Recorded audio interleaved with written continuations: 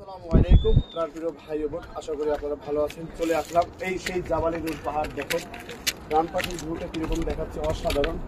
মক্কা নগরে চলে এসেছি, জাবালি নূর পাহাড়। মাশাআল্লাহ, সুবহানাল্লাহ। আপনারা ভিডিওটা দেখবেন, আপনাদের মাঝে ছোট্ট একটা ভিডিও নিয়ে এসেছি, লং। আপনারা দেখে যাবেন, এই ভিডিওটার মাধ্যমে অনেক কিছু শিখতে পারবেন।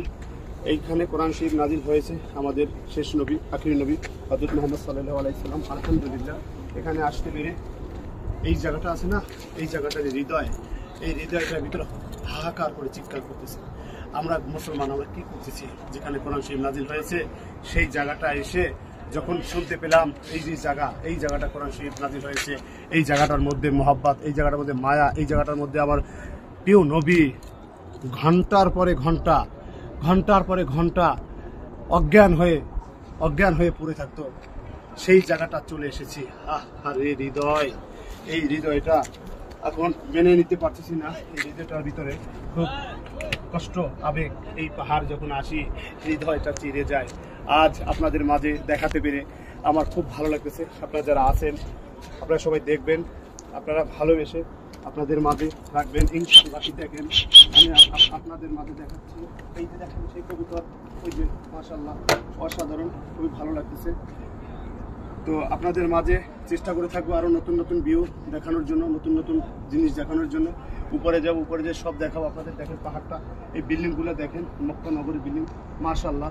সাইডে দেখেন কত সুন্দর, বামটা দেখা, বাম সাইডটা কত সুন্দর দেখাচ্ছে।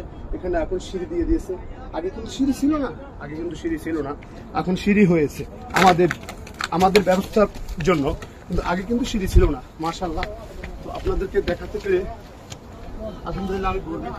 তাই আপনারা সবাই ভালোবাসবেন, হাফিজ ভাই অফিসিয়াল পেজের সঙ্গে যুক্ত থাকবেন। হাফিজ ভাই অফিসিয়াল পেজ আপনাদের নতুন নতুন আরও অনেক কিছু দেখানোর চেষ্টা করবেন, কেননা আমরা মাত্র শুরু করেছি যাওয়ার জন্য। তৌহিদ ভাই আপনি একটু কষ্ট করে ওই জায়গাটা দেখান। মাশাআল্লাহ, দেখেন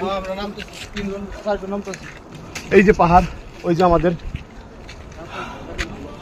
মক্কা হারাম, জমজম টাওয়ার। মাশাআল্লাহ, বামেটা পুরোটা রাউন্ড দিয়ে আনেন। দেখেন কথা বলতে কষ্ট হয়ে যায়, কারণ উঁচু জায়গা থেকে চলে এসেছি তো খুব কষ্ট হয়। যে পাহাড় দেখেন, এই চিপার মধ্যে যদি আমাদের নবীজি অজ্ঞান হয়ে, স্মৃতিহারা হয়ে পড়ে থাকে, কোরআন শরীফ নাজিল যখন হতো তখন তার খুব কষ্ট হতো। উম্মতের জন্য করতেছে, আমরা কি করতেছি? আমরা মুসলিম, আমরা সব ভুলে গেছি।